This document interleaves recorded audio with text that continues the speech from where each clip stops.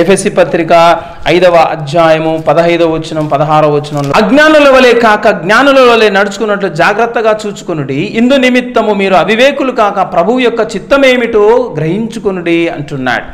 దేవుని చిత్తమును గూర్చిన జ్ఞానము కలిగినదై ఈ లోకములో సంఘ వధువు సిద్ధంగా ఉండాలి రాకడకని దేవుడు కోరుకుంటున్నాడు. ప్రియమైన దేవుని బిడ్డలారా, ఆ చదువు మనం నేర్చుకోవాలి.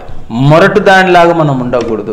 దేవుని చిత్తం ఉంది, మన చిత్తం ఉంది. అయితే దేవునితో మనం ఉండబోతున్నాం కాబట్టి ఆ దేవుని చిత్తం ఏమిటో మనం ఈ లోకంలో ఉన్నప్పుడే తెలుసుకొని ఆ దేవుని చిత్తానుసారంగా ఈ లోకంలో ప్రవర్తిస్తూ మనం ఉండాలని దేవుడు కోరుకుంటున్నాడు. ప్రియమైన దేవుని బిడ్డలారా, ప్రతి విషయంలో కూడా దేవుని చిత్తం ఏంటి, దేవుడు ఏమనుకుంటున్నాడు, దేవుడే ఉంటే ఎలా ప్రవర్తిస్తాడు ఈ విషయంలో అని మనము తెలుసుకొని అనుభవించి అటు రీతిగా నడుచుకుంటూ ఈ లోకంలో రాకడకు సిద్ధంగా ఉండాలని ఆయన కోరుకుంటున్నాడు.